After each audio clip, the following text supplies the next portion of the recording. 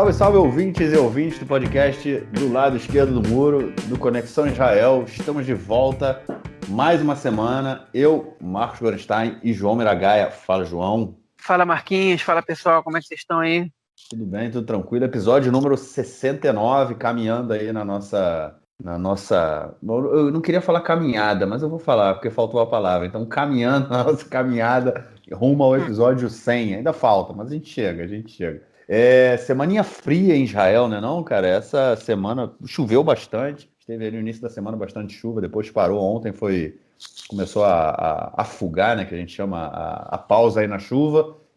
Mas o frio continua bastante. Hoje eu cheguei na cidade onde eu moro, chegou aí uns 5 graus, 6 graus à noite no início da manhã. E é a previsão para os próximos dias, mas vamos que vamos. O inverno tá frio, né? Mas a política e a conjuntura tá bem quente. Vamos então para o nosso primeiro bloco para a gente falar do corona em Israel.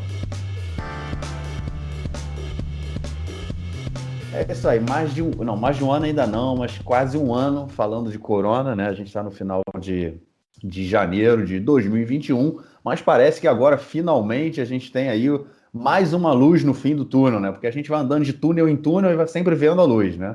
Depois de 2 semanas, a gente hoje está terminando quinta-feira, né? Dia 21, eu sempre esqueço de falar, eu devia falar isso no início do episódio, mas eu esqueço. Quinta-feira, dia 21 de janeiro, a gente gravando, 9h30 da noite aqui em Israel, terminando a segunda semana, né, do terceiro, a segunda semana do fechamento mais apertado do terceiro lockdown. Eu espero que vocês tenham me entendido. Quem ouve a gente já sabe aí essa história toda, mas enfim, estava no terceiro lockdown. Há 2 semanas atrás o governo resolveu apertar, porque o número de contagiados todo dia era muito alto. A gente estava numa média de 7 mil, 8 mil. A gente continuou com essa média durante todo esse período, essas 2 semanas. Ontem também a gente chegou aí a 8 mil, hoje até agora, na última atualização do Ministério da Saúde, que foi feita há cerca de 2 horas atrás, a gente está com quase 5 mil novos casos, mas o importante não é só o número de novos casos, né? O importante também, como a gente vem falando, é o número de pessoas que uma pessoa pode contaminar, né? A gente falou desse número lá, vem falando nos últimos episódios, ele veio caindo, só que agora, pela primeira vez, né, desde que a gente entrou aí no lockdown, esse número baixou de 1, a gente está em 0,99, o que significa é que o vírus está controlado, uma pessoa não está mais infectando outra pessoa, né? Ou seja, a gente está com um número estável de doentes. O número de doentes não está aumentando, o número está estável nesse momento, porque, como eu falei, a gente está em 0,99. Conforme esse número for caindo, o que vai acontecer é que o número de pessoas sendo curadas, né, vai ser maior do que o número de pessoas novas ficando doentes, e aí a gente tem, mais uma vez, a diminuição do número de doentes, né, de pessoas com o vírus. Enquanto isso, né, a gente já tem quase 2,5 milhões, a gente tem 2.400.000 pessoas que já tomaram a primeira dose da vacina, o que é um número extraordinário, né? É quase, vamos dizer, 30% da população total do país, né? Total, lembrando que crianças entre 1 e 16 anos não tomam a vacina, pessoas que tiveram corona, né?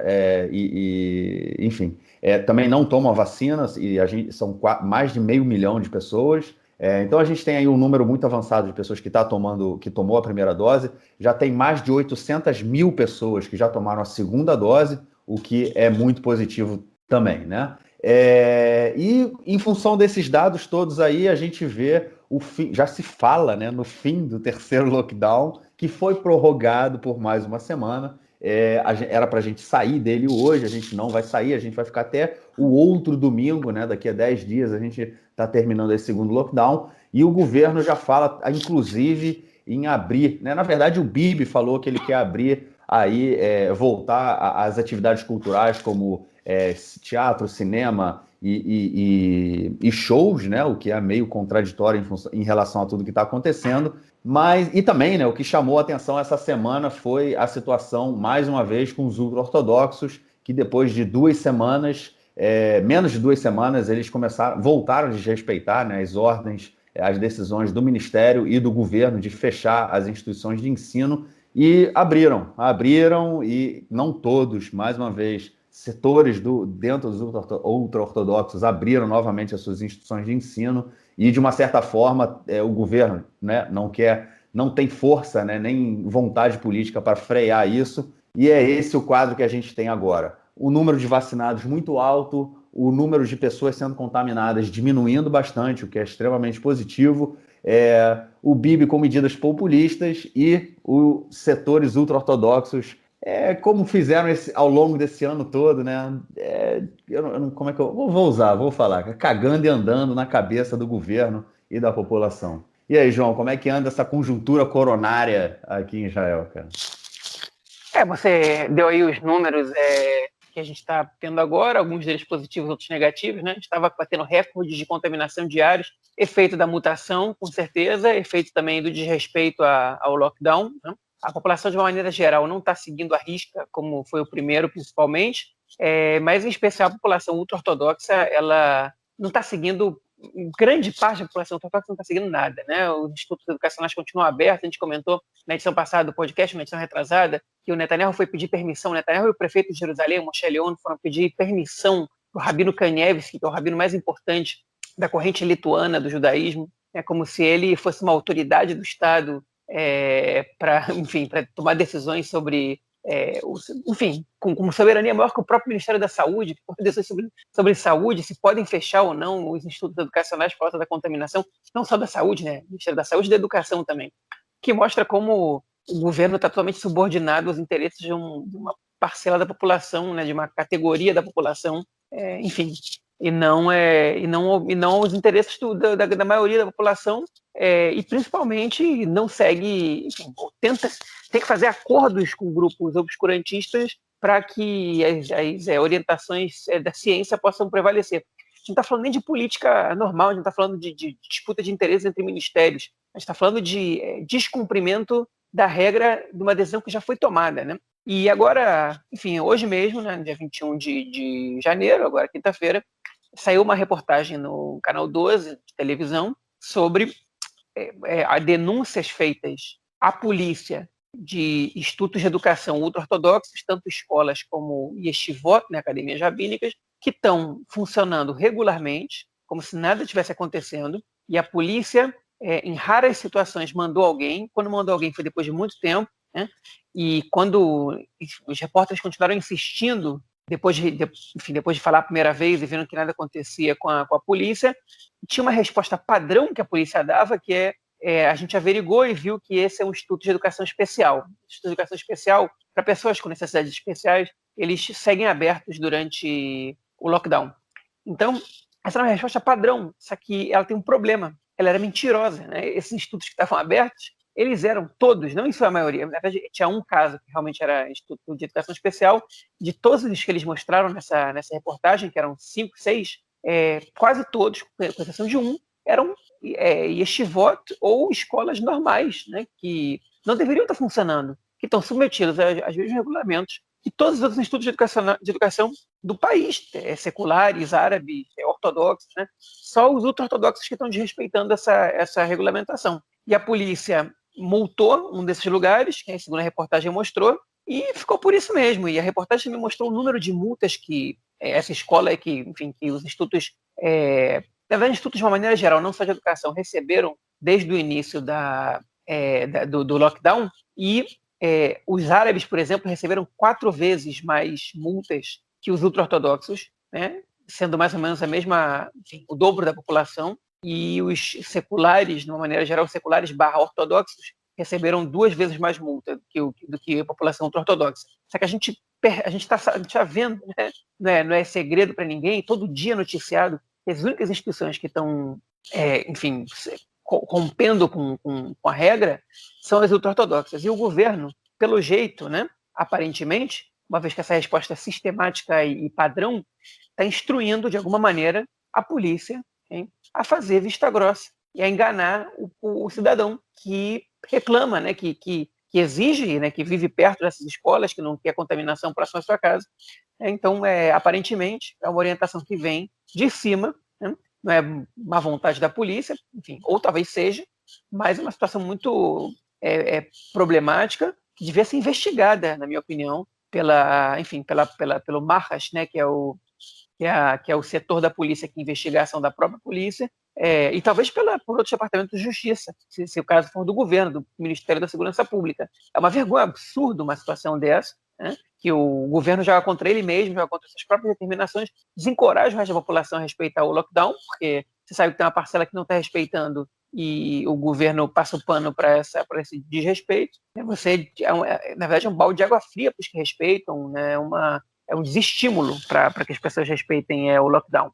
Enfim, a vacinação em Israel atingiu números recordes, né? Como o Marquinhos falou, mais de 800 mil pessoas tomaram já a segunda dose. 10 dias depois da segunda dose, os resultados sorológicos apresentados essa semana são de que 98% das pessoas desenvolvem um alto número de anticorpos, ou seja, o vírus ele tende a ser controlado. A gente ainda não sabe se a vacina da Pfizer ela só impede você de ficar doente, né? A pessoa que se vacina, ou se ela também ajuda que as pessoas que se vacinaram elas não contagiam os outros, porque a vacina da Pfizer é diferente das vacinas feitas com vírus inativo. Você recebe o vírus, ele só é controlado no teu corpo, então a gente não sabe se as pessoas, elas portando o vírus, elas podem contaminar ou não, mas sem dúvida é uma boa notícia, porque, enfim, 80% das pessoas vacinadas, 800 mil pessoas vacinadas, a gente está chegando já a quase 10% da população com a segunda dose, né?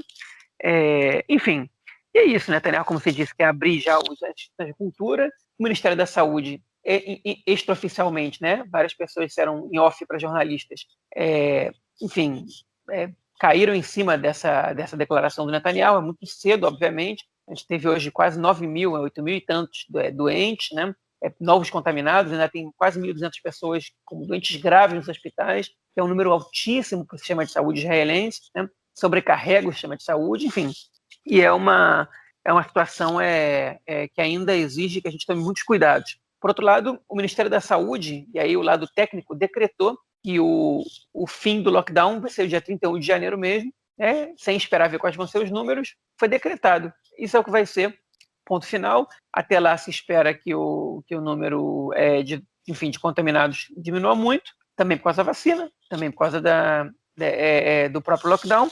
Enfim, a gente espera que eles tenham razão. Quando a orientação é técnica, eu tendo a respeitar mais. Enfim, e essa é a situação que a gente está tendo hoje de corona. Acho que não sei se tem muito mais que se prolongar nessa afirmação, exceto o fato de que a gente passou, lamentavelmente, a marca dos 4 mil mortos e de que só em janeiro morreram 800 pessoas em Israel, ou seja, 20% de todos os mortos em Israel são do dia 1º de janeiro até o dia 20 de janeiro, que essa informação é de ontem, né? Então, se a gente não tem motivo para se preocupar, não sei com o que a gente deveria se preocupar, né? Só para finalizar minha fala, as pessoas estão comparando o número de mortos por corona em Israel com o número de mortos nas guerras do país, ao longo de sua história, né? E a verdade é que só uma guerra em Israel matou mais cidadãos israelenses do que a epidemia agora de corona no país, que foi a guerra de independência, a guerra de 48, né, que durou um ano e meio, um pouquinho mais que a epidemia até agora, e matou a 6.070 judeus israelenses, né? A população árabe que morreu nessa guerra não está contada, a gente não tem esse número, a gente não tem essa informação, mas enfim, foi 1% da população judaica que vivia no Estado de Israel naquele momento, né, da declaração de independência. A corona já matou 4 mil pessoas. Obviamente que as proporções ali são maiores, mas, enfim, cada vida, né, como diz o Talmud, né, salva uma vida, salva o mundo inteiro. 4 mil mortes é um número bem alto. Né? E a pergunta é se essas mortes podiam ser evitadas de alguma maneira. E quem tem responsabilidade por essas mortes que poderiam ser evitadas, caso a resposta seja que elas sim poderiam ser evitadas. Né? Enfim, essa é uma conta que a gente vai ter que fazer daqui a pouco. Daqui a 2 meses tem eleições, parte da população já está disposta a procurar seus responsáveis por isso, como também alguma parte da população está disposta a eleger as pessoas que, segundo eles, vão controlar o vírus, né? E enfim, o feedback também pode ser visto como maneira positiva, principalmente para os que acham que o governo foi quem trouxe a vacina e que esse é um grande mérito e de alguma maneira é verdade. Enfim, as eleições vão dar para a gente um panorama de como a população israelense vai avaliar a corona. Se é de maneira, enfim, para punir o governo atual, se vai absolver, inclusive premiar, ou se vai ser indiferente, né, a corona. A gente vai... Daqui a pouco as pesquisas também vão mostrar para a gente baseado em que as pessoas votam nas eleições. Essas pesquisas estão acontecendo desde 2015 e eu espero que elas aconteçam de novo agora, porque é uma pesquisa interessante. Um dia a gente pode falar sobre isso de maneira especial aqui no podcast. É isso. Vamos então passar para o nosso segundo bloco, onde a gente vai falar da política israelense essa semana. É isso aí, né? Eleições chegando, né? Falta o quê? Hoje é dia 21, 23 de março, só 2 meses, um pouquinho mais de 2 meses, 2 meses e 2 dias para as eleições, para a quarta rodada de eleições em 2 anos, aquela loucura, e as movimentações continuam. Como a gente vem falando, até o dia 4 de fevereiro. Tudo está... Não é que tudo está em aberto, tudo está em aberto até o dia 23 de março, né? Mas até o dia 4 de fevereiro, os blocos, né, os partidos, ainda podem mudar, as listas podem mudar, então tem muita coisa acontecendo, porque as pessoas, os partidos, né, e os políticos vão vendo as pesquisas de intenção, vão vendo quem está perto ali da cláusula de barreira, quem não vai passar a cláusula de barreira, quem vai, e aí fica aquela coisa, cheira daqui, cheira dali, vão ver se eles, né, fica um cheirando o outro para ver se consegue ali juntar e sair alguma coisa, tirar algum mingau dessa coisa aí. E a primeira, uma das notícias na área, né, que tomou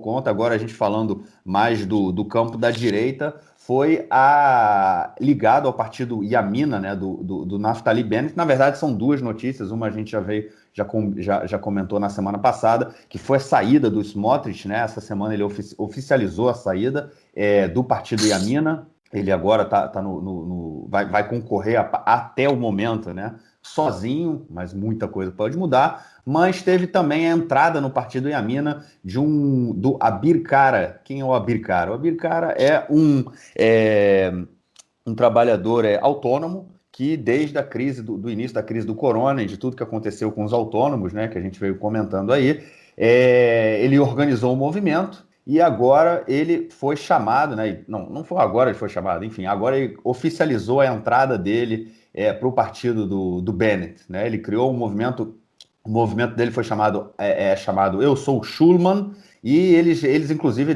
eles vão entrando para o partido do Bennett. Eles têm um lugar entre os 10 primeiros, né, da lista, e caso o Bennett chegue aí a mais de 10 lugares, eles conseguem mais um espaço, enfim, para o grupo, né? O importante, eu não tenho dúvida que o importante para ele é que ele esteja entre os 10 primeiros da lista, porque é quase lugar garantido no próximo parlamento. João, começou a correria aí pela galera que se opôs ao Netanyahu durante esse período do corona. Mais interessante é que o Abir Kara ele não se encaixa no Yamina por conta da oposição ao Netanyahu, né? O Bennett ele também tem um discurso muito liberal na economia, né? Da questão toda dos autônomos e tudo mais, mas enfim, ele também se encaixa por uma questão ideológica, né? O cara já foi pego em atentados, né, contra palestinos, quando eles derrubaram árvores de palestino. Ele também já foi julgado por ter agredido um policial. Coisa boa ele não aparenta ser, né, não, cara? Bom, a verdade é que eu conheço pouco o Abir Kara. Eu andei lendo um pouco sobre esse grupo que ele criou, que é como se fosse uma espécie de sindicato dos autônomos, né, a Shulmanim, que é um grupo com uma visão de direita econômica, né, mas que está muito insatisfeito com a política do Netanyahu. Enfim, na semana passada teve uma reportagem muito interessante do Canal 12 mostrando as coisas que o Netanyahu estava prometendo para eles, e o Netanyahu, na verdade, tinha detonado outros políticos, entre eles o principal foi o Naftali Bennett, quem ele classificou como oposicionista dele. Enfim, foi uma reportagem muito interessante, que ele diz que o Smotrich, se ele entrar, e os Haredim, né, os ortodoxos, o que o Netanyahu fala, eles fazem. Ele manda, eles fazem, né? Mas enfim, foi ali que eu descobri esse grupo, andei lendo um pouquinho e vi essa situação. Ele entrou para o partido do Bennett dizendo que o Bennett é o que apresentou as melhores propostas para resolver o problema dos autônomos. O problema é que esse grupo, esse Shulmanim, que ele preside, vamos dizer assim, ainda que ele não seja exatamente presidente, é um grupo que não está longe de ser hegemônico entre os autônomos, né? Ele não é um grupo, enfim, não é um sindicato organizado, não tem eleições ali internas, é um grupo que se formou como se fosse para fazer um lobby, né, que representa uma categoria de alguma maneira, mas a gente não sabe ser autônomo, né? Enfim, é uma categoria muito ampla ser autônomo. Então, enfim, vários autônomos já disseram que não se identificam com a pauta do Ashul Manim, mas, sem dúvida, o Ashul Manim é o grupo mais, enfim, formado, né, mais consistente, que representa de alguma maneira os autônomos, e a entrada deles no partido do Bennett pode fazer com que profissionais autônomos se sintam representados por isso. A gente vai ver. Mas eu queria me até outra questão aí no meio nacionalista ortodoxo, né, sionista ortodoxo, que foi, enfim, o Smotrich separou do Yamina, né, e foi criar o partido dele da direita ortodoxa. A princípio, as pesquisas mostravam que o Yamina crescia com a saída do Smotrich, que é visto como muito radical, né, mas o que as pesquisas têm apontado agora ultimamente foi uma queda do Yamina. O Smotrich ainda não está passando a cláusula de barreira, mas o que a gente viu é que essa semana o outro partido, o partido mais tradicional dos ortodoxos, dos sionistas ortodoxos, né, que é a Casa Judaica, o antigo Mafdal, né, partido da Tileomi, né, sionista, religioso sionista, ele realizou suas primárias, né, e tinha um candidato que era o candidato pró-Bennett ali nas primárias, né, que era, enfim, caso ele vencesse, a tendência era que o partido se aliasse ao Yamina, né, que se chama Nir Orbach, hein? E tinha a Hagit Moshe,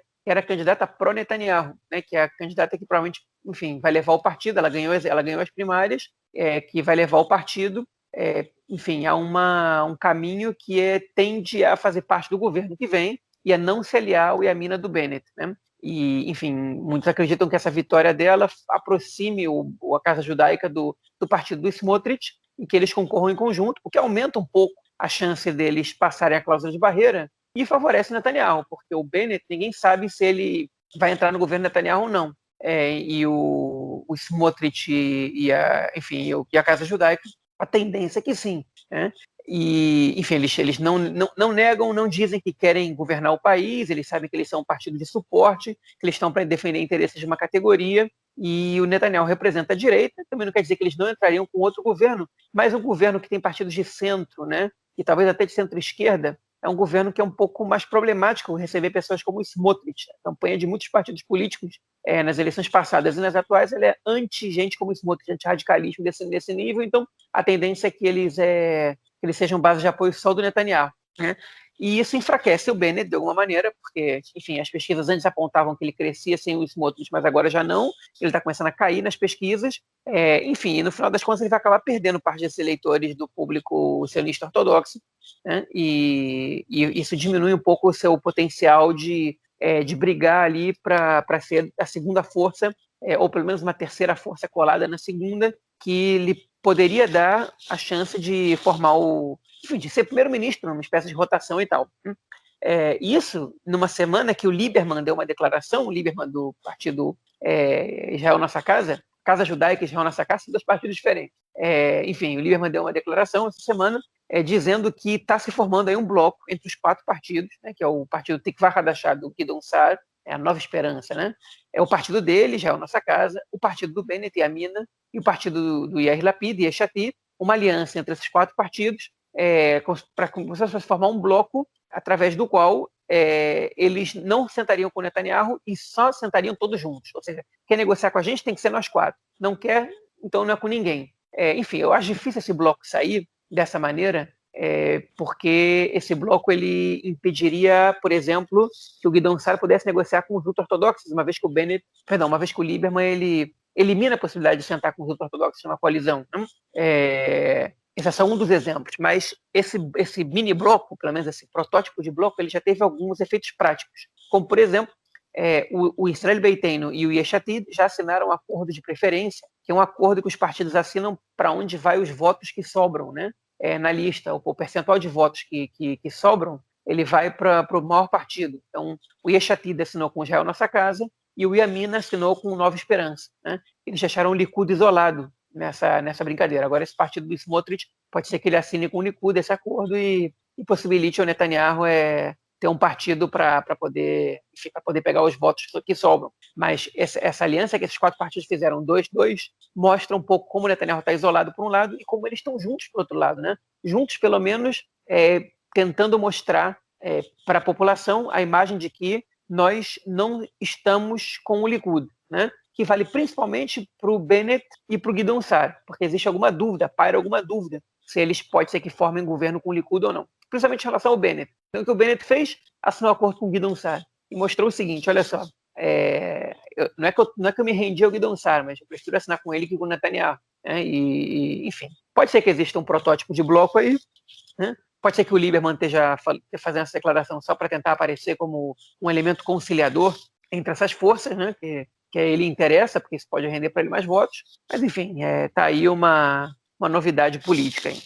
É isso. Eu só fico meio reticente, você falou, né, do Lieberman ter dito da construção desse bloco aí. Eu fico meio reticente também com as coisas que o Lieberman fala. Eu costumo não acreditar em nada. Eu acho que ele sempre ele tem uma jogada política por trás disso. Por que ele divulgou essa informação? Enfim, tem alguma coisa por trás. O Lieberman não é flor que se cheire. Mas é isso aí. Continuando ainda no espectro direito, né, do mapa da política israelense, essa semana houve mais adesões ao partido do Guidon Saar, aquela recapitulação rapidíssima, né? O Guidon Saar era do Likud, oposição ao Netanyahu dentro do Likud, ele saiu do partido recentemente, fundou um novo partido, né, o partido Tikva Hadashah, e vem ganhando novas adesões, né? Teve outros membros do Likud que já tinham saído e entrado, né? Entrado no Tikva Hadashah para concorrer junto com o Guidon Saar, e essa semana foram mais 2 nomes de peso aí, pessoas bem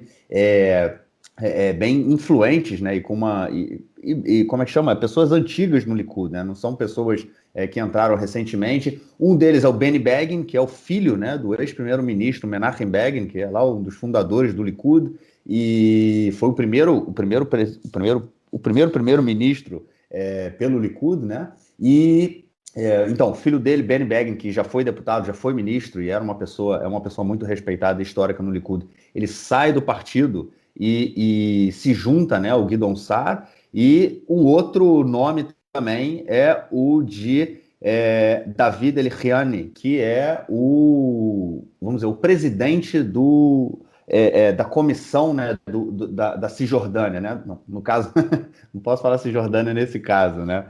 Porque ele chama, enfim, Cisjordânia também é conhecida como Yehudá ve Shomron, né? Judéia e Samária, e tem um conselho é o Conselho de Judéia e Samária. Exatamente, eu ia chegar aí. É o Conselho de Judéia e Samária. O David Elichiani, ele é o presidente desse conselho, né? Ou seja, é uma política, ele defende uma política bem à direita, né, em relação à criação do Estado palestino, da relação com os palestinos, enfim, do conflito de uma forma geral. A gente já comentou em outros episódios, inclusive, que o Guidon Saar, ele é mais à direita que o Netanyahu, né, nessa questão. Enfim, esses 2 nomes de peso aí entraram dando declarações de que era importante tirar o Netanyahu e trocar, né, essa direção. Eu acho que isso dá indicações, João, uma coisa que você vem comentando, que você comentou que você acha que um dos movimentos do Guidon Saar foi ter saído do Likud para voltar depois, né? Eu acho que no momento que ele consegue aí acrescentar, juntar pessoas que eram também, né, saíram do Likud e fizeram esse movimento, pode ser que eles voltem novamente. Eu acho que isso dá força ao seu argumento. Mas, enfim, 2 nomes de peso que se juntaram também, né, no final da semana passada, se eu não me engano, no início dessa semana, quem também se juntou ao partido do Guidon Saar é o David Dani Alon, que foi... Dani Dayan, exatamente. Que ele também foi presidente do Conselho, né, da Judéia e da Samária. Inclusive, houve uma polêmica, ele é argentino, né, ele ia ser indicado para ser o embaixador do Brasil, né? E aí houve uma polêmica, a comunidade judaica no Brasil, eu não me lembro direito o que foi, mas enfim, ele foi nomeado embaixador israelense na ONU. E agora ele está de volta. Em Washington. Em Washington. Não foi em Washington. É verdade. Não, ele ganhou o prêmio de consolação dele foi ser embaixador de Israel nos Estados Unidos, né? Enfim, e aí ele saiu, também entrou no partido do Guidon Saar, que vem aí acumulando forças, né, para as próximas eleições. São nomes importantes, né, cara, que dão aí mais um push na candidatura do Saar. Não, são nomes importantíssimos. Primeiro, eu vou lembrar, já que você abriu essa porta, o Dani Dayan, que foi, enfim, ele foi presidente do Conselho de Judéia e Samária, e vale a gente fazer um parênteses aqui. Eles usam esse nome Moetzet, que vem de Moatzá, né, tipo de conselho mesmo, né? para se definir esse Conselho de Judéia e Samária, porque os lugares em Israel que não são municípios, né, eles às vezes que são centros geográficos, né, que às vezes tem uma prefeitura, eles são chamados de conselhos. Não existe um conselho oficial geográfico de Judéia e Samária para efeitos de orçamento, para efeitos de administração. Existem algumas regiões, e algumas regiões, inclusive, dentro da Cisjordânia, como, por exemplo, Gush Etzion, né, o bloco de Etzion, que fica ao sul de Jerusalém, ou como, por exemplo, Bicat Yarden, né, existe uma moatzá de Bicat Yarden, que é do Vale do Jordão, que é, por exemplo, aqui o David Eliahana aí sim, ele é o presidente desse conselho, né? Mas o Conselho de Judéia e Samária, ele é um lobby, na verdade. Ele é um lobby dos colonos. Antigamente era de Gaza, Judéia e Samária, mas agora já não tem mais colonos em Gaza. Ele é um lobby que atua na Knesset, atua em vários meios, né? E algumas pessoas importantes já foram presidentes desse conselho, né? Desse lobby. Por exemplo, o Dani Dayan, por exemplo, o atual Davi Eliahana e, por exemplo, Naftali Bennett. Os três já foram presidentes desse conselho. Fechando esse parênteses, o Dani Dayan, que foi presidente da Moed Yesha, do Conselho Judéia e Samária, ele foi designado por Israel para ser embaixador no Brasil, e no momento a presidente do Brasil era Dilma, e ele, por ser muito atrelado, por ter uma visão muito atrelada aos assentamentos, né, e à colonização de Israel na Cisjordânia, a Dilma ela decidiu não confirmar a indicação dele. É muito raro, historicamente falando, que um presidente de um país, um chefe de governo, ele recuse um embaixador. Então, a maneira que ele tem de recusar é simplesmente não respondendo a indicação. E ela não respondeu essa indicação há alguns meses, né? Até que o Netanyahu percebeu que a Dilma tinha recusado, ela não queria receber o Dani Dayan como embaixador de Israel no Brasil. Foi a primeira vez que isso aconteceu na relação entre os dois países. E aí o Netanyahu, ele trocou. Ele mandou o Dani Dayan para ser embaixador em Washington, que é um cargo muito mais importante que no Brasil, e mandou para o Brasil o atual embaixador, o Yossi Shelley, que é amigo pessoal do Netanyahu, e foi diretor ele foi secretário, na verdade, secretário-geral do Likud, né? Não tem carreira diplomática, é uma indicação política tal qual era o Dani Dayan.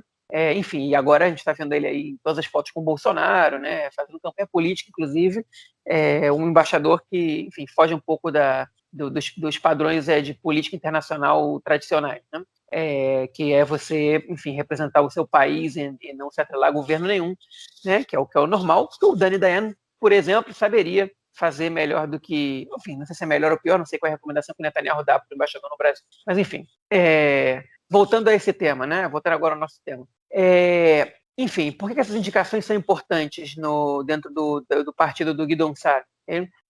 O Gideon Sa'ar está conseguindo trazer os nomes mais moderados e de alguma maneira mais radicais dentro do espectro da direita sionista, mas não radicais do nível do Smotrich, né? Não radicais que atacam o sistema de justiça do país, não radicais que apoiam movimentos de terroristas judeus, mas radicais no sentido de ser contrários, por exemplo, à criação do Estado palestino, nesse aspecto de radicais, né?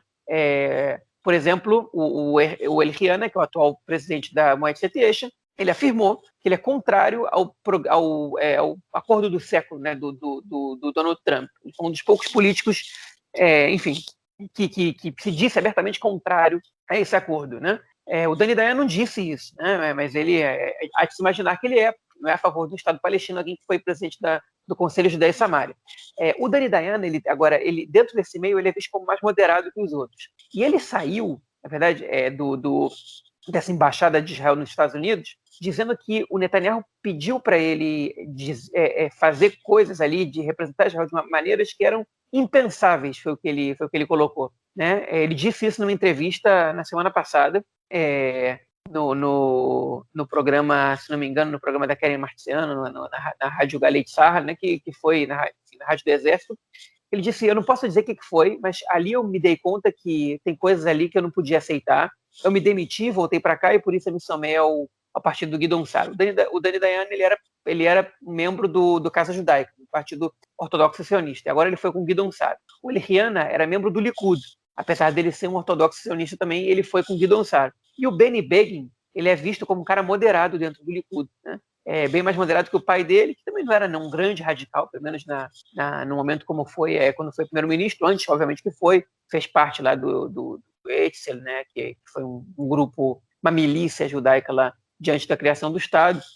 Mas, enfim, ele foi se moderando com o passar do tempo, embora nunca tenha sido exatamente um moderado. O Benny Begin e ele já chegou a concorrer nas primárias do Likud contra o Netanyahu e perdeu as eleições. Ele há muito tempo estava insatisfeito com o Netanyahu, nas últimas eleições, ou nas penúltimas, não sei quais foram. O Netanyahu até, quando a lista do Likud ficou muito radical, ele abriu um espaço ali dentro, pediu para darem para ele 2 lugares, um deles ele colocou o Benny Begin, para poder, enfim, passar uma imagem mais moderada, mas aí depois não deu nenhum ministério para o Benny Begin, né? Na verdade deu um ministério sem ministério, uma pasta, enfim, ele tinha status de ministro, mas sem ministério, e o Benny Begin era de se esperar que ele não ficasse muito satisfeito com a gestão do Netanyahu, principalmente depois das acusações de corrupção, que foi mais um que correu para o colo do Guidon Sar.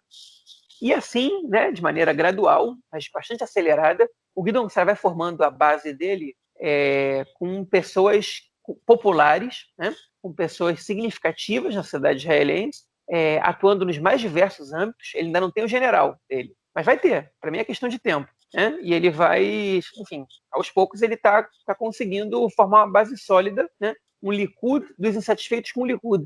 E isso fortalece o partido. Né? A lista dele está uma lista bastante consistente. Mais consistente, eu diria, do que todos os outros partidos que estão concorrendo para a Knesset, talvez com exceção do Likud. Né? Ele tem personalidade na sua lista, ele tem aí, enfim, em Israel, tipo, essas famosas são os políticos, né? Os artistas, os músicos, enfim, os esportistas, eles não são famosos. Os famosos em Israel, principalmente, são os políticos. E aí o Benny Begin está cheio de famosos na lista dele. Talvez seja a lista com mais famosos, a lista com pessoas, enfim, mais de categorias mais variadas. E isso preocupa o Netanyahu, com certeza, ameaça ele. O que o Guidon Sar não consegue, por enquanto, o que ele não tem, na verdade, é o nome do Netanyahu, né, que é muito forte, e é o nome do Likud. Né? O Likud é o único partido que sobrevive em Israel, hoje em dia, né, a essa implosão dos partidos. Né? Qualquer lista que se cria já tem mais cadeiras que o Meretz, nem falar o Partido Trabalhista, né? A Casa Judaica embaixo da cláusula de barreira, enfim, todos os partidos tradicionais embaixo da cláusula de barreira, com exceção do Likud, né? E dos partidos ultra-ortodoxos que não são tão tradicionais assim, não são tão, enfim, o Yadut Torá um pouco, o G2 Torá um pouco mais, mas enfim. O nome Likud ainda diz muita coisa, não é alguma coisa, diz muita coisa. É isso que falta para o Guidon Sar. Mas, enfim, se ele conseguir convencer os eleitores de que o Likud é o partido dele, aí depois ele só precisa voltar para o Likud e recuperar o seu lugar ali dentro. Não sei se vai ser tarefa fácil, mas se ele for primeiro-ministro, acho que vai ser mais fácil do que se ele não for. É isso. Vamos então agora passar para Não, na verdade, eu acho que a gente não vai passar para o outro espectro. Vamos ficar no meio, então. Vamos ficar no meio.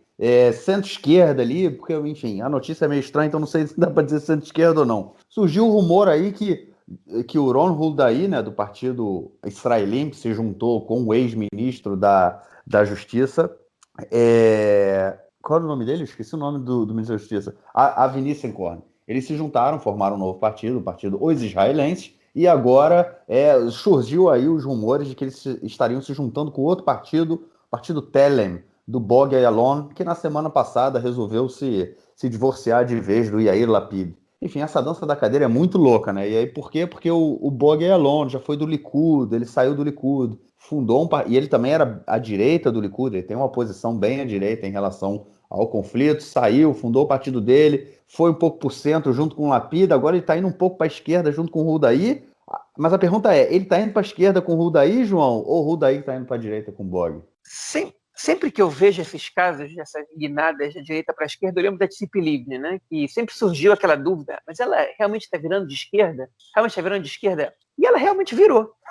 Ela saiu lá do Likud, passando pelo Kadima, depois criou o partido dela no ar, que era cheio de gente do Partido Trabalhista, e terminou no Partido Trabalhista, né? E, enfim, não sei se terminou, hoje ela deu uma entrevista, ela ainda não sabe se vai entrar nas eleições ou não, mas eu sempre lembro dela. Ela realmente virou. O Bogi, ele está indo nessa direção, mas não por convicção ideológica, não por mudança, né, na sua convicção ideológica. Ele está indo nessa direção porque ele está buscando um espaço na luta contra o Netanyahu. As entrevistas que o Bogi dá são rigorosamente iguais a quando ele era do Likud em relação aos seus valores. Né? E ele não esconde isso de ninguém. Uma só coisa mudou, para não ser injusto com ele, né? Foi inclusive um ponto de discórdia dele com membros do partido dele que abandonaram ele, que foi a possibilidade de formar um governo com a presença dos partidos árabes. ele, enfim, na verdade não o governo, né, mas ter o voto dos partidos árabes para poder formar o governo. Né, eles não necessariamente participariam da coalizão. Ele no início era contra e depois foi começando a ficar a favor. Mas ele continua sendo daqueles caras que é contra a criação do Estado palestino, ele continua sendo um general desses, durão, enfim. É um cara democrático de alguma maneira, eu acho difícil classificar como democrático alguém que acredita que 5 milhões de pessoas possam viver sob um regime de ocupação, né? Mas, enfim, ele tem algum respeito pelas instituições de alguma maneira, mas ele, enfim, continua mantendo essas convicções de sempre ali. E ele está, surgiu esse rumor de que ele está se aproximando do Huldaí, né? Que apareceu lá com 8, 9 cadeiras e agora está batendo as 4 cadeiras, e uma outra pesquisa aparece abaixo da cláusula de barreira. E ele deve estar muito preocupado com a possibilidade de nem entrar para a Knesset. Ele que abriu mão de ser prefeito de Tel Aviv, apareceu aí dizendo que vai liderar o bloco de centro-esquerda e, de repente, nem passa a cláusula de barreira. Difícil que ele não passe a cláusula de barreira, porque provavelmente vai ter algumas junções. Como é que ele está buscando a junção com um cara que não chega a 8, que está com 0,8% dos votos, né? Ou seja, que não garante para ele nem meia cadeira. E isso enfim, um cara que tem uma visão política ideológica oposta dele, né? A primeira coisa que une os dois tá contrário ao Netanyahu. Não é o tipo de acordo que eu acho inteligente o Huldaí fazer. Tem outras forças aí para ele se acoplar, como, por exemplo, o Partido Trabalhista, que vai fazer suas primárias essa semana, né?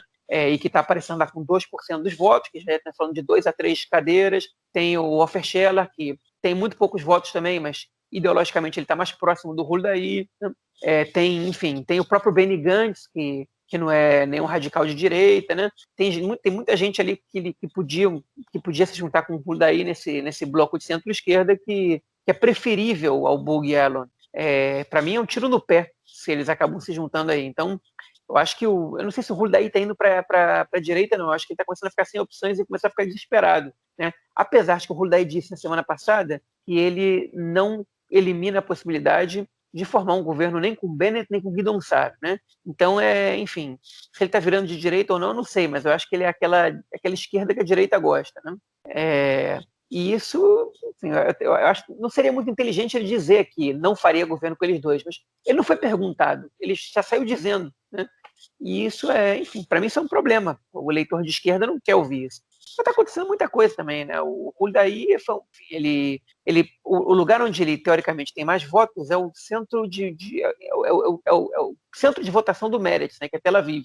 E, enfim, aos poucos os eleitores do Meretz, eles estão vendo essa movimentação do Huldaí um pouco transitando pela centro-direita, e eles vão falar, não, pô, se é para votar num cara que tá transitando com a centro-direita, a gente vai de Meretz mesmo. E o Meretz cresceu uma cadeira nas pesquisas, agora está aparecendo com 6 cadeiras, então acho que o Huldaí está perdendo voto aí para o Meretz, está perdendo voto para os partidos que não estão passando a cláusula de barreira também, né? Enfim, e essas uniões elas são necessárias para que não se jogue o voto fora, né? Vamos ver se o Huldaí vai ser inteligente para fazer os acordos com as pessoas certas. O Bug, com todo respeito a ele, eu acho que ele não é a pessoa certa. Ele perdeu o andar da história aí quando ele não se associou ao Guidon Saar no momento que ele podia ter feito isso, né? Que aí depois que os rebeldes do partido dele, que é o Yoav Handler e o Tzvika Hauser, se aliaram ao Guidon Saar, ficou meio ruim para o Huldaí se aliar ao partido que naturalmente ele devia fazer parte. Enfim, aí ele está meio deslocado.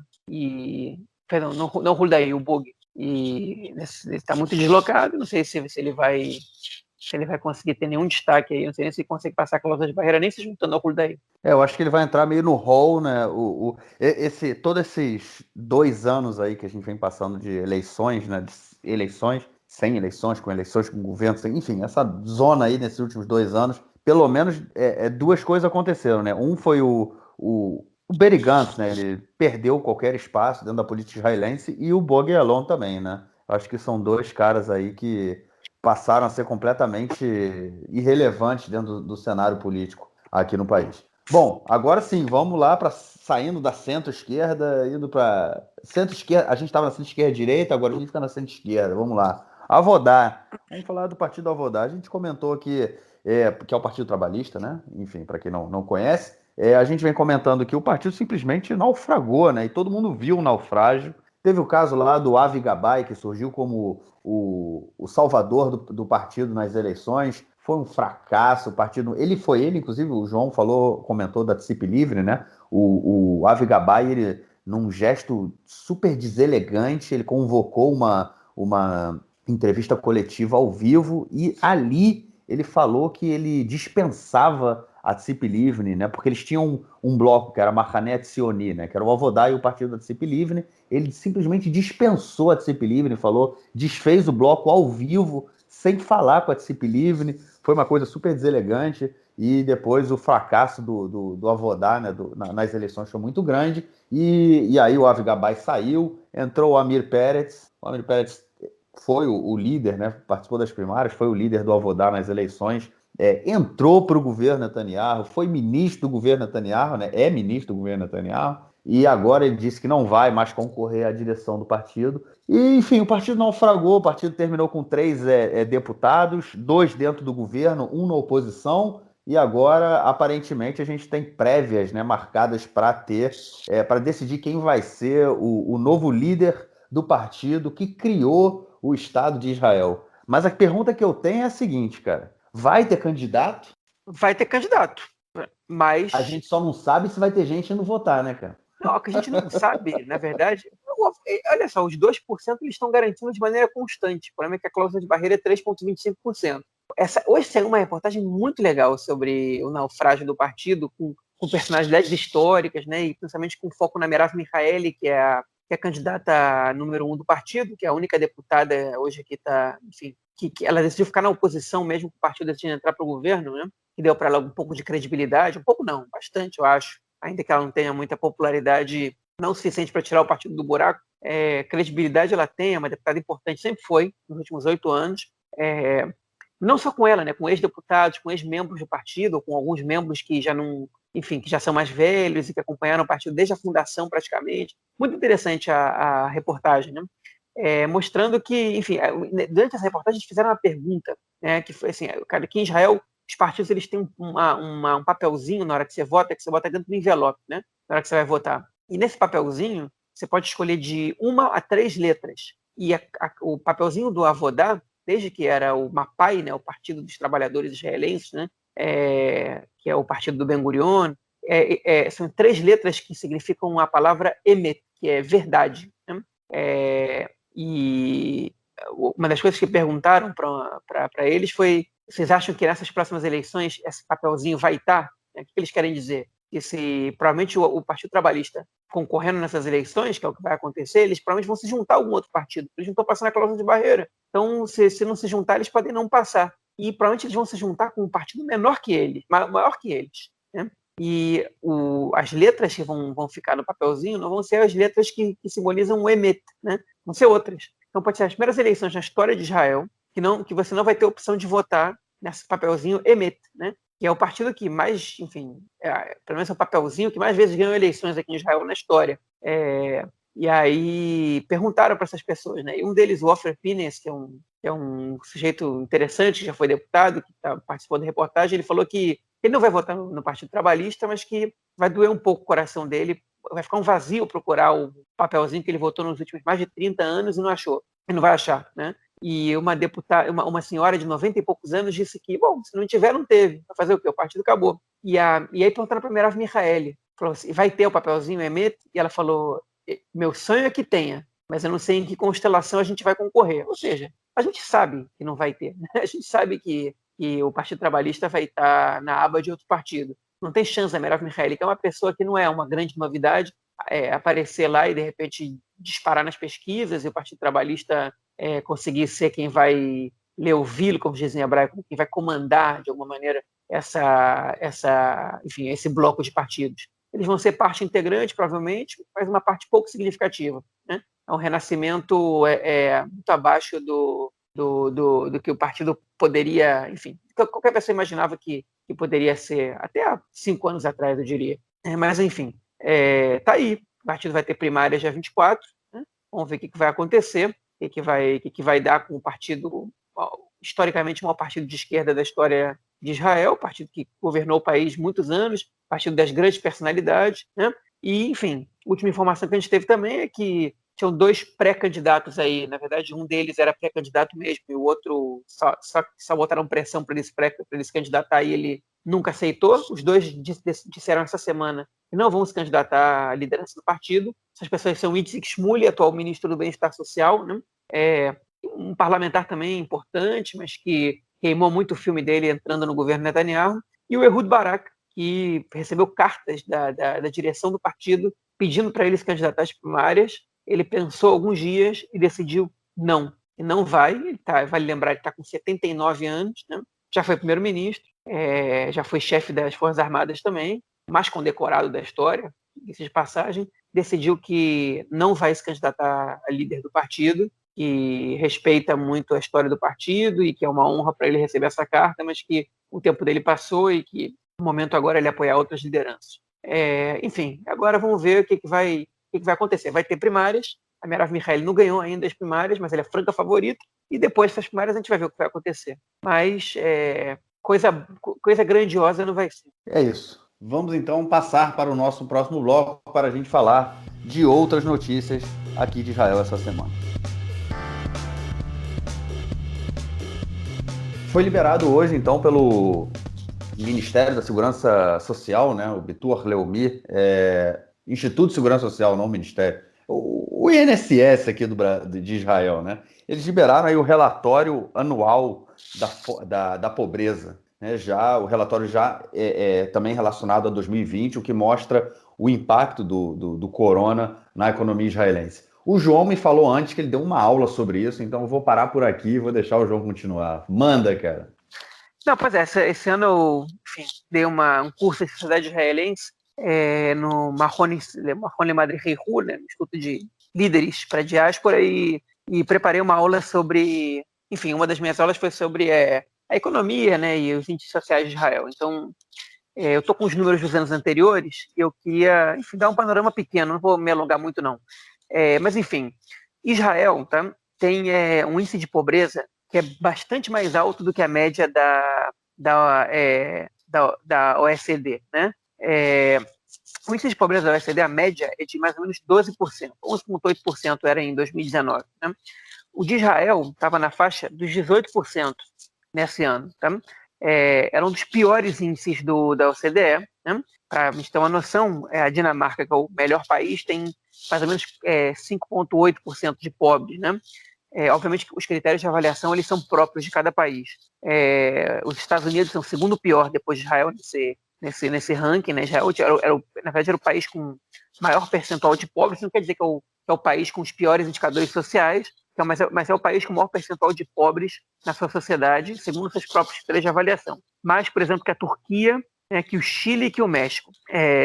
Israel tem 18% de pobres em 2019, e esse ano, segundo o Bitur Leumi, né, como o Marquinhos disse bem, o INSS israelense, Israel chegou agora a 23% de pobres no país. Né? Um número bastante alto, né? E 23,6% das famílias israelenses estão em situação de pobreza ou extrema pobreza. A gente está falando de 1.980.000 pessoas, dos quais, né, e esse número é bastante triste de dizer, né, são mais de 900.000 crianças. Ou seja, a gente está dizendo que 23% da população israelense está na linha de pobreza ou abaixo da linha de pobreza, e mais ou menos 45% das crianças israelenses está na linha de pobreza, abaixo da linha de pobreza. É um número altíssimo. Tá? Enfim, a gente já sabia que o número que a fome entre as crianças israelenses ela não era baixa. E a tendência é que isso tenha aumentado esse ano. Por que isso acontece? Enfim, porque principalmente o número de filhos por casais ultra-ortodoxos e árabes ele é acima da média. Okay? E esses são 2 setores que estão muito abaixo da média social do país. Na sociedade árabe, são 700.000 pessoas na linha de pobreza, okay? Dos quais metade são crianças. E da população ultra-ortodoxa, são 500.000 pessoas na linha de pobreza, dos quais quase 300.000 são crianças. Okay? Ou seja, 650.000 crianças pobres na cidade israelense, okay? Das 900.000, vêm da cidade árabe e da cidade ultra-ortodoxa. Okay? Na sociedade ultra-ortodoxa, a pobreza, tá? Ela está em 49% das pessoas. Okay? A média da população judaica israelense é de 17,7% de pobres. 49% são ultra-ortodoxos. Se você tirar os ultra-ortodoxos, a população judaica ela é bem menos pobre do que a não judaica. Na população árabe, 35,8% da população é pobre. Enfim, que é um número também relativamente alto, né? Quase, enfim, não chega a ser o dobro da média, mas é uns 80%, 70% maior do que a média. Segundo, dá para ouvir o mas, João, olha só, se a gente for pegar na sociedade judaica, né, que o número total, né, chega a 17,7%, na sociedade árabe é o dobro, né, 35,8%. Ah, sim, certamente. É exatamente o dobro, o que é um número aí absurdo, né? Pois é, mostra como a população árabe ela é mais pobre que a população judaica. A gente não teve ainda acesso a todo o relatório. Eu pretendo ler esse relatório daqui para frente, mas ele ainda não foi divulgado na íntegra. A gente só teve acesso pela imprensa, né? Eu estou com um artigo aqui do Maariv, do jornal Maariv aberto. E outro número que chamou a atenção é que entre os autônomos em Israel, o número de pobres ele aumentou de 15,3% para 16,5%. E o desemprego no país ele é atualmente de 23,6%. Né? Em comparação, pasmem, a 2% em 2019. Então, enfim, isso explica bastante coisa. Né? Mas, enfim, esse relatório ele ainda vai ser divulgado na íntegra. A gente vai poder analisar, vai poder dizer, enfim, que foi mais afetado. É óbvio que essa situação não é comum, né? A crise da corona ela afetou todos os países do mundo. Israel foi afetado bem na média, né? Em relação à piora nos números, Israel está na média ali. Você já tem países que foram um pouco mais afetados, países que foram um pouco menos afetados. Israel não é dos piores, mas também não é dos melhores. Enfim, mas a informação não deixa de ser preocupante, para quem vive aqui principalmente. Né? O número de pobres está aumentando, pessoas que dependem do Ministério do Bem-Estar Social são cada vez mais gente, né? De programas sociais, de ONGs que ajudam contra a pobreza também, todas elas relatam cada vez mais, né, pedidos de ajuda. E, enfim, é uma realidade, uma triste realidade que a gente está tendo que lidar, que a gente espera que passe logo, né? A gente espera também que o governo tenha políticas públicas, enfim, que combatam esse aumento da pobreza de maneira, enfim, consistente, não só para tapar buraco, né? Para tapar o sal com a peneira, como foi feito durante todo esse ano da corona, com, enfim, grande parte dos subsídios dados pelo governo. Deixa eu só fazer um acréscimo aqui, porque também teve um outro relatório, né, que foi... tem uma organização chamada Latet. Eles são um guarda-chuva de organizações não governamentais que trabalham com combate à pobreza, vamos dizer assim, ou não com combate à pobreza, mas com assistência social, acho que é mais correto. Então, eles divulgaram aqui também um relatório muito grande, muito extenso. Inclusive, quando eu vi esse relatório essa semana, eu me lembrei que acredito que há cerca de um ano atrás, eu não olhei o episódio, mas a gente comentou desse relatório também quando ele saiu, relacionado, no caso, ao ano de 2019, né? Então, a gente já tem aí um ano, só me veio à cabeça, só uma curiosidade. Mas, enfim, nesse relatório, eles dividem aqui as camadas sociais, né? Tipo, alto... como é que chama isso? Classe alta, eu não gosto de falar em classe, mas enfim, classe alta, classe média alta, classe média baixa, aí depois eles falam baixo e abaixo da linha de pobreza, né? São 6 categorias assim que eles dividem. E antes da crise do corona, a gente tinha 9%, né, de classe alta em Israel, hoje a gente tem 8%. Tinha 14% de média alta, hoje tem 12%. Tinha 27% de classe média, hoje tem 24%. Tinha 17% de classe média baixa, hoje tem 15%. Tinha 14% de baixa, hoje tem 16%. E tinha 19% abaixo da linha de pobreza, e hoje a gente tem 25%. Esse de acordo com o relatório da ONG Latet. Ou seja, eles dão 6 camadas, né, sociais. Eles dividem a sociedade em 6 camadas Nas 4 primeiras houve diminuição, né? Só nas 2 últimas, que é a camada baixa, né? E abaixo da linha de pobreza, que houve o aumento. Sendo que na linha de pobreza houve pessoas que vivem, né, abaixo da linha de pobreza, houve um aumento de acordo com eles, de 19% para 25%. Foi a maior diferença entre todas as categorias aí desde o início do corona. Enfim, é bem legal isso que eles dão, porque eles também mostram a mobilidade, tipo, quem foi da classe média direto para abaixo da linha de pobreza, o percentual, mas, enfim, é bem legal justamente por essa mobilidade, mas só para a gente ter aí ideia de como afetou, né, o corona até agora na economia israelense. Bom, vamos então à nossa próxima notícia do bloco, que na verdade a gente vai agora para o lado direito do muro, né? A gente costuma dar notícias do lado esquerdo do muro, hoje a gente vai dar a notícia do lado direito do muro, porque foram marcadas eleições gerais, né, para o parlamento palestino. Olha a gafe aí que eu cometi agora. Eleições gerais para o parlamento palestino, marcadas para o dia 22 de maio, e eleições presidenciais para o dia 31 de julho. E também foi marcada a eleição para o Conselho Nacional Palestino para o dia 31 de agosto. Enfim, de 22 de maio a 31 de agosto, um período aí de 3 meses, a gente vai ter 3 eleições diferentes, né? Não são para os mesmos cargos, mas enfim, 3 eleições dentro da sociedade palestina. Na Cisjordânia, em Gaza, foi um acordo feito entre Hamas, né, e o Fatah. Lembrando que as últimas eleições tinham sido em 2004, né? Não, 2006, na verdade. Teve a eleição para presidente da Autoridade Nacional Palestina, que foi em 2005, e depois teve a eleição para o Conselho Legislativo, que foi em 2006, e o pau quebrou entre Hamas e Fatah, e desde então a gente não tem nada. Eles algumas vezes tentaram marcar a data de eleição, mas nada saiu do papel, e parece que aparentemente no próximo período, nos próximos meses, né, a gente volta a ver a população palestina indo às urnas para eleger os seus representantes. Bom, aparentemente toda essa movimentação aí do alto escalão político palestino tem a ver com a entrada também do Biden na Casa Branca, né? Porque eles querem mostrar para o Biden que, calma aí, a gente é democrático aqui também. Eles, enfim, devem estar querendo tentar arrancar alguma coisa que eles não conseguiram arrancar durante os 4 anos do Trump na Casa Branca. Bom, João, algum comentário aí ou a gente passa? Podemos passar para a parte do Nelsinho, né? Beleza. Vai lá, Nelsinho, manda então o seu comentário do esporte.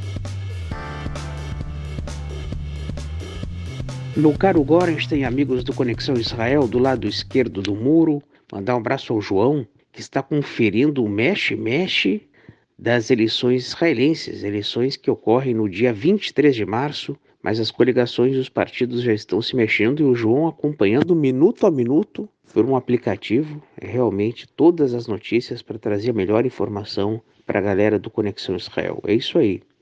Agora é o seguinte, o campeonato israelense de futebol, na sua série principal, teve uma parada, teve um breakzinho de uma semana e volta neste final de semana, volta neste sábado. Primeiro jogo, 3 da tarde de sábado, horário israelense, Hapoel Haifa contra o Hapoel Tel Aviv. 3 da tarde de Israel, vai ser 10 da manhã no Brasil.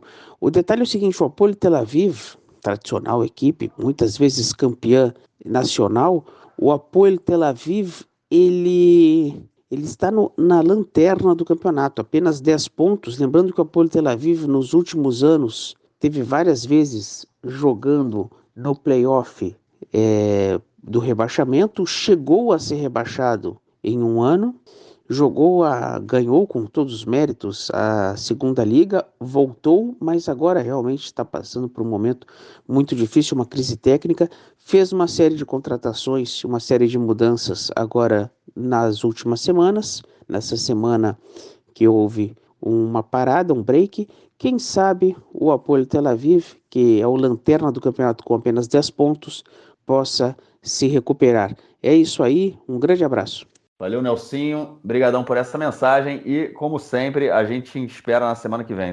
Só uma informação, participei essa semana da live que o Nelsinho faz com o Gabriel Guzovski pelo Conexão Israel. Foi bem legal, foi um bate-papo maneiro, divertido. E quem quiser, tá lá no YouTube do Conexão, é só assistir. João, vamos ficando por aqui então, e a gente se fala na semana que vem trazendo novas notícias aí da política israelense. Isso aí, abraço Marquinhos, abraço pessoal, até semana que vem. Valeu, até semana que vem e bom final de lockdown para você. Aquele abraço.